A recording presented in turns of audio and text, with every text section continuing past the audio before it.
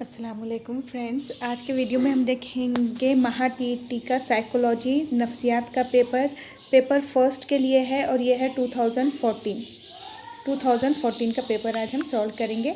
तो first question है, माहिर नफ्सियात और नफ्सियात की उनकी तारीफ़ों के लिहाज से मुनासिब जोड़ियाँ लगाइए। अब आपको यहाँ पे जोड़ी लगाना है। नफ्सियात की तारीफ़ किसने दी थी? तो अरस्तु ने नफ्सियात को रूह का इल्म कहा था। मैकडॉगल ने नफ्सियात को इंसानी जहन का तज्ज़िया आमेज़ बयानिया इल्म कहा था। विलियम वेंट ने इसे शऊर का इल्म कहा था और मार्गिन किंग ने इसे इंसान और हैवान के बर्ताव का इल्म कहा था। तो ये इसका हुआ पहला वाला आंसर राइट हो गया। ये तो याद करना है तारीफ़ें सबकी। सेकंड वाला है क्वेश्चन 62, दर्ज झैल से तजुर्बाती तरीक़े की मुनासिब हद कौन सी है? यानी कि तजुर्बाती तरीक़े में जो चीज़ लाहक नहीं होती वो कौन सी है? तो देखिए, मफ़ूल के अंदर, मफ़ूल यानी कि क्या, यहाँ पे ऑब्जेक्ट यानी कि कौन, कि जो तजुर्बा कर जिस पे तजुर्बा किया जा रहा है। तो मफ़ूल के अंदरूनी आज़ा मुंज़बित होते हैं। ऐसा होता है कि मफ़ूल के अंदरूनी आज़ा मुंज़बित होंगे, ज़म में होंगे, तयशुदा होंगे? नहीं, ऐसा तो नहीं होता। इस तरीक़े से ज़्यादा ख़र्च और ज़्यादा वक्त दरकार होता है। सही बात है, ये सही बात है। मसनूई रद्द-ए-अमल के इम्कान होते हैं, बिल्कुल सही है। फ़ाल का माहिर होना ज़रूरी है, यानी कि सब्जेक्ट जो तजुर्बा कर रहा है उसका माहिर होना ज़रूरी है।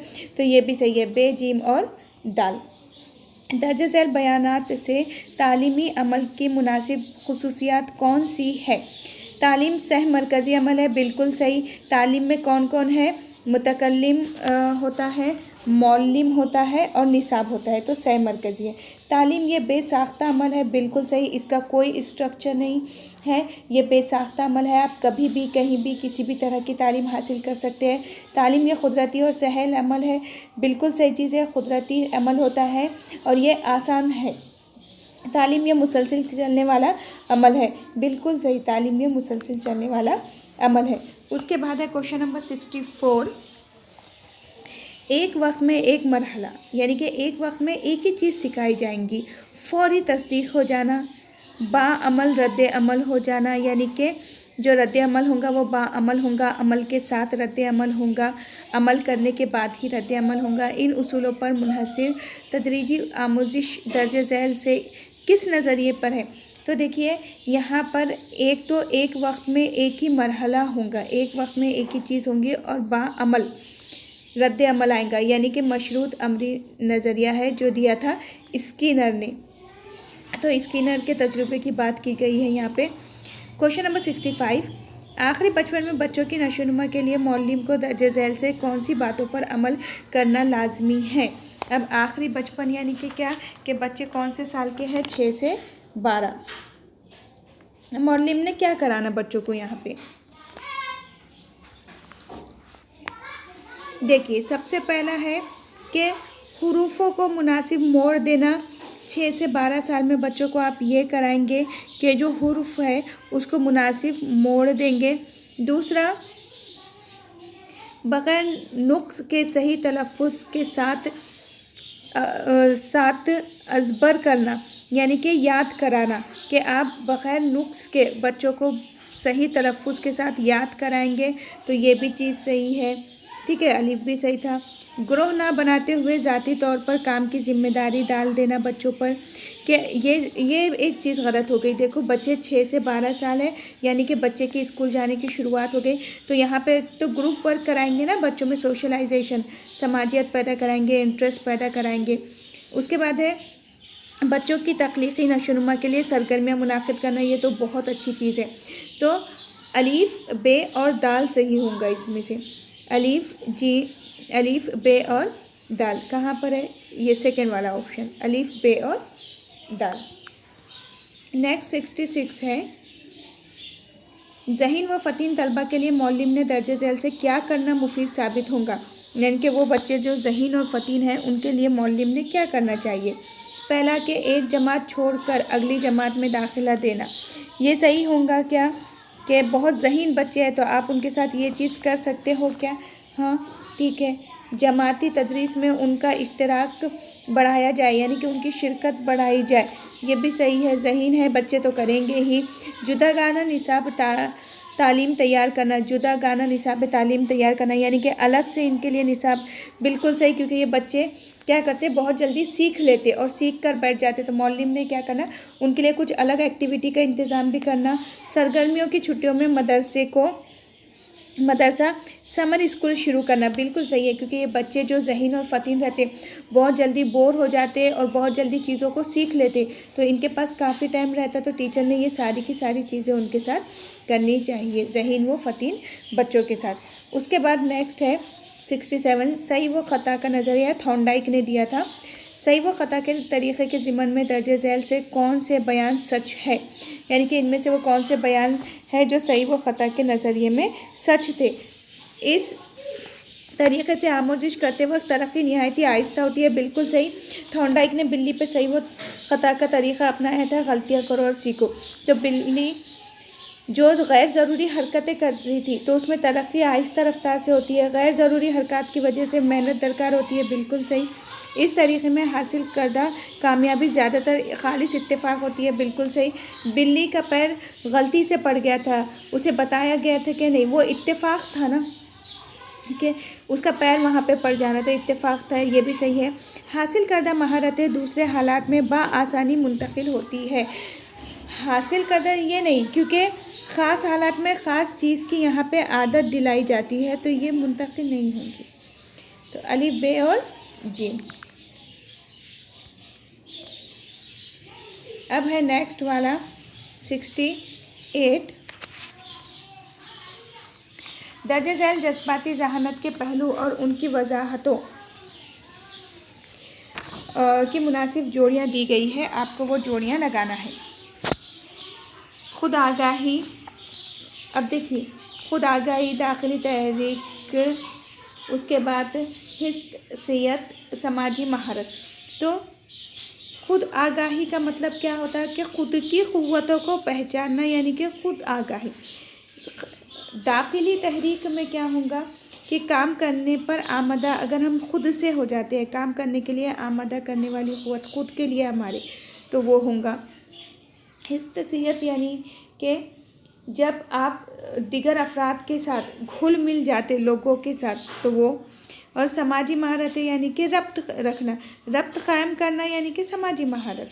तो ये होगा, अलीफ का 1 है, तो इसमें अलीफ का 1 दिया गया है, बे का 3, ये बे, सेकंड वाला ऑप्शन राइट है। उसके बाद है जहानत की तारीफ़ करते वक्त विलियम जेम्स ने दर्ज झैल से कौन से अज्जा पर ज़ोर दिया है। विलियम जेम्स ने जहानत के बारे में जब कहा था, तो किस पे ज़ोर दिया उन्होंने, नए हालात में मुताबिकत करना, बिल्कुल सही। ख़यालात का इत्तिलाक़ नहीं, टूटे हुए हिस्सों की तरकीब भी नहीं, और इत्तेसाब। उन्होंने कहा था कि नए हालात में मुताबिकत करना यानी कि जहानत है, यानी कि बच्चा न्यू सिचुएशन में अपने एनवायरनमेंट से मुताबिकत करता है, वो जहानत है। इदराक और मुतख़य्यला के ज़िम्मन में दर्ज झैल से कौन से बयान सच है, इनमें से कौन से बयान सच है।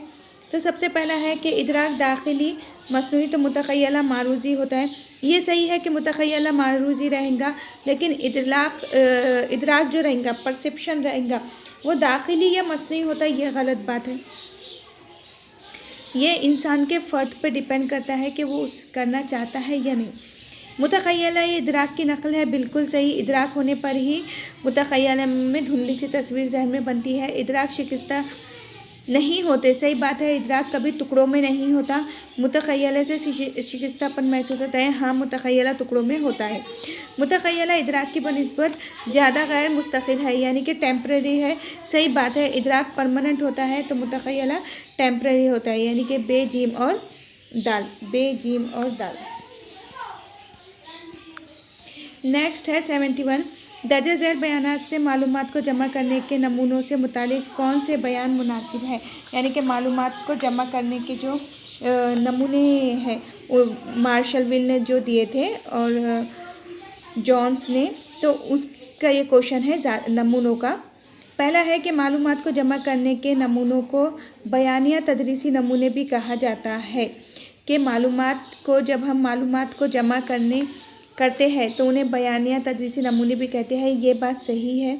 उसके बाद है कि किसी मौजू पर बहस करते हुए उसकी तौसी की जाए। कि मालूमाती नमूने जो है तो वो किसी मौजू पर बहस करते वक्त उसकी तौसी की जाती है, उसमें ये भी सही है।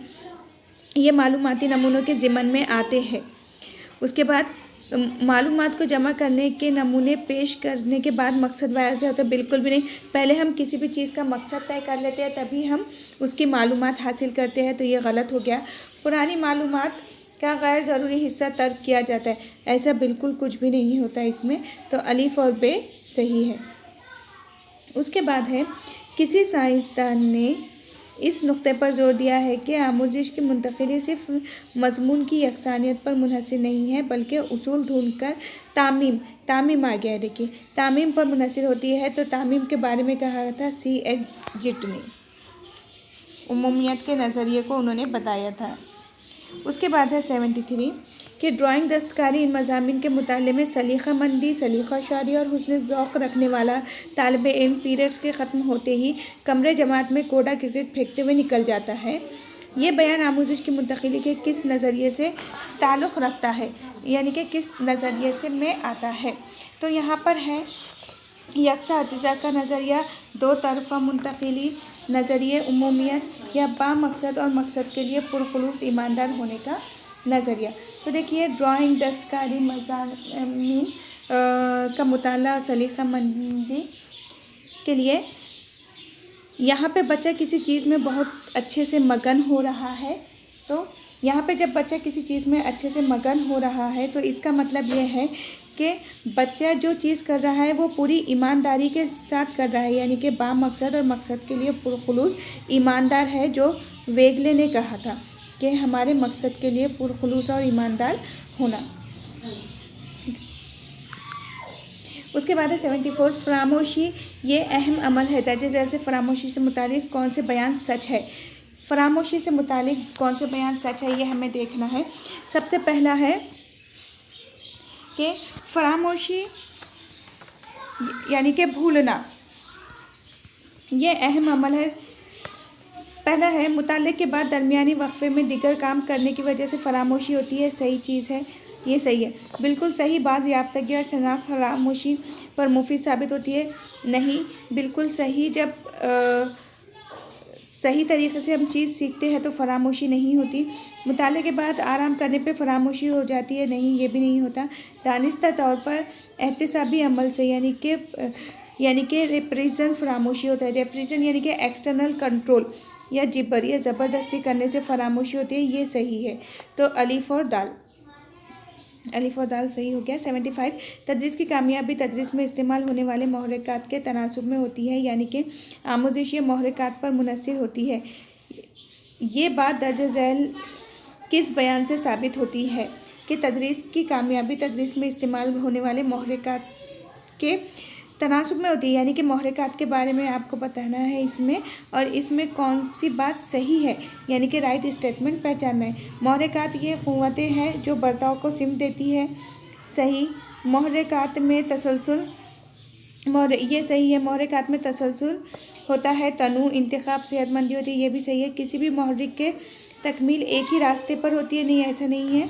महरक़ात की वजह से जिस्मानी और ज़हनी तवाज़ुन हासिल होता है, ये सही है। यानी कि इसके जो ऑप्शन नेक्स्ट पेज पर दिए गए हैं कि पहला सही हो गया हमारा और दूसरा सही हो गया, पहला, दूसरा और दाल, तो अलीफ, बे और दाल। फ़र्द को बचपन में किसी मौलमा ने सिखाई हुई नज़्म, उसका वाक़या जूं का तू कई सालों बाद याद आता है, ये तख़य्युल की कौन सी किस्म है। तो ये रिप्रोडक्टिव तख़य्युल है, इमेजिनेशन है, यानी कि जब कोई चीज़ जूं की तू याद आना, यानी कि इयादा करना उस चीज़ का, इयादी तख़य्युल। दर्ज झैल से तसव्वुरात तैयार होने के मराहिल की मुनासिब तरतीब कौन सी है, वो इसमें लगाना है। तो तख़य्युलात की मुनासिब तरसील, सबसे पहला है कि शय और जानवरों का बराह रास्त इल्म होना, खुसूसियात की उमूमियत हासिल करना, खुसूसियात से मतला करना और तसव्वुरात का बनाना और गैर मुजर्रिद नौइयत की शक्ल। तो उसमें है सबसे पहला अलीफ, फिर जीम और फिर अला शय और जानवरों का बराह रास्त इल्म हासिल कर लेंगे।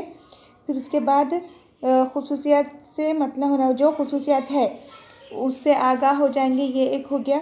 फिर उसके बाद है बेखुसूसियत की उमूमियत हासिल करना, यानी कि जनरलाइज्ड कर देना चीज़ को। और उसके बाद है गैर मुजर्रिद नौइयत शक्ल को बनाना, और लास्ट में तसव्वुरात का बनाना। आखिर में जो भी चीज़ हम सीखेंगे उसका तसव्वुरात का बनना जहन में। ये है 78 दर्जे झैल से आमोजिश की मुंतकिली के बारे में कौन सा बयान सही है।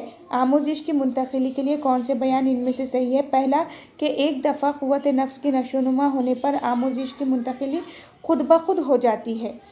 दूसरा कि एक अमल की मश्क होने पर दूसरा अमल आसान नहीं होता। तीसरा, मुख्तलिफ़ हालात में जितनी यकसानियत होंगी आमोजिश की मुंतकिली उतनी ज़्यादा होंगी। चौथा, आमोजिश की मुंतकिली होने के लिए अमल बा मकसद और मकसद के लिए पुरखुलूस ईमानदार होना चाहिए। ये तो वेगले का क़ानून है, तो ये बिल्कुल सही था, वेगले का क़ानून के आमोजिश। फिर मुख्तलिफ़ हालत में जितनी यकसानियत होंगी उतनी ही ज़्यादा आमोजिश की मुंतकिली होती है, ये भी सही है, यानी कि जीम और दाल सही हो गया। और एक अमल की मश्क होने पर दूसरा अमल आसान होगा, ये इस चीज़ की गारंटी नहीं हो, ये होती है कि वो आसान नहीं भी हो सकता, तो ये भी सही है। तो बे, जीम और दाल। दर्जे झैल से बयान या लेक्चर तरीक़े के हवाले से कौन सा बयान गलत है। तो कौन सा बयान गलत है। पहला है कि तवज्जो मरकूज़ होती है। दूसरा, कम वक्त में ज़्यादा तदरीस कर सकते हैं। तीसरा, उसूल, क़वानीन और मश्क मज़ामीन की तरबियत के लिए इस्तेमाल किया जा सकता है। चौथा, नायाब मालूमात बआसानी दी जाती है। तो एक है कि लेक्चर जो तरीक़ा होता है उसमें ऑप्शन फ़र्स्ट वाला के तवज्जो मरकूज़ होती है। बयानिया तरीक़े में तवज्जो बच्चे की मरकूज़ ज़्यादातर नहीं होती, क्योंकि इसमें टीचर ही लेक्चर देते रहता है, तो बच्चे की तवज्जो मरकूज़ नहीं होती। उसके बाद 80 है दर्जे झैल से कौन सा क़ानून विरासत से मुतालिक है।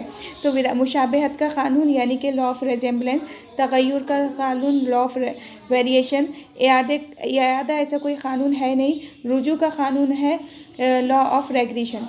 तो अलीफ बे और दाल, अलीफ बे और दाल। 81 फ़र्द की नशोनुमा के ज़िम्मन में दर्जे झैल से कौन सा उसूल मुनासिब है, यानी कि नशोनुमा के लिए कौन सा उसूल मुनासिब रहेगा। नशोनुमा पर माहौल की बनिस्बत विरासत का ज़्यादा असर होता है, गलत। नशोनुमा पर विरासत की बनिस्बत माहौल का असर होता है, सिर्फ एक का नहीं होगा। नशोनुमा पर विरासत और माहौल तकमीली तौर पर असरअंदाज होते हैं, ये बिल्कुल सही है कि दोनों क्योंकि नशोनुमा मसावी है विरासत ज़रब माहौल। नशोनुमा पर विरासत से मुंतकिल शुदा खूबियों और खामियों का असर नहीं होता, तो चौथा गलत। तीसरा वाला ऑप्शन सही है।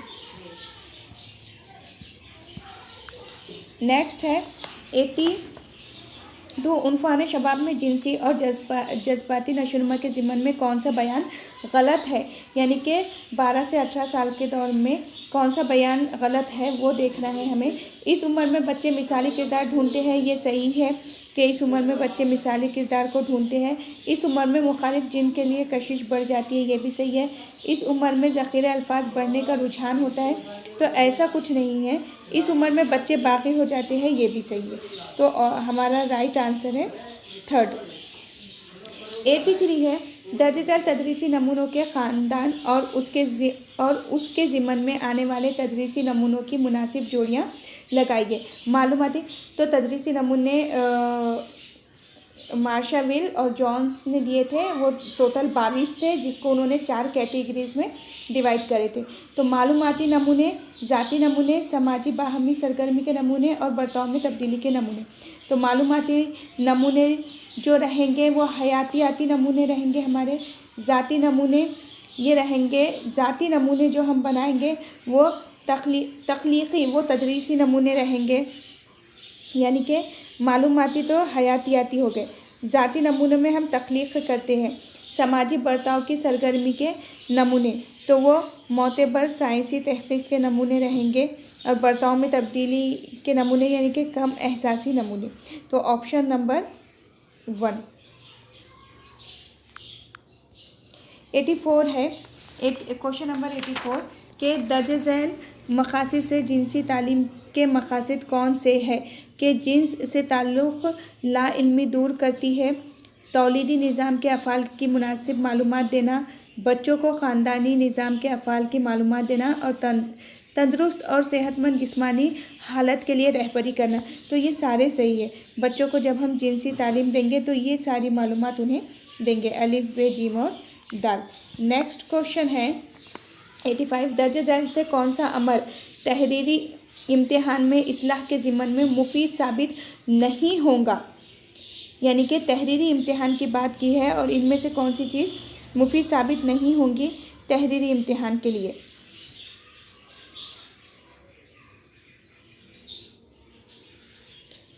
तहरीरी इम्तिहान की बात की गई है।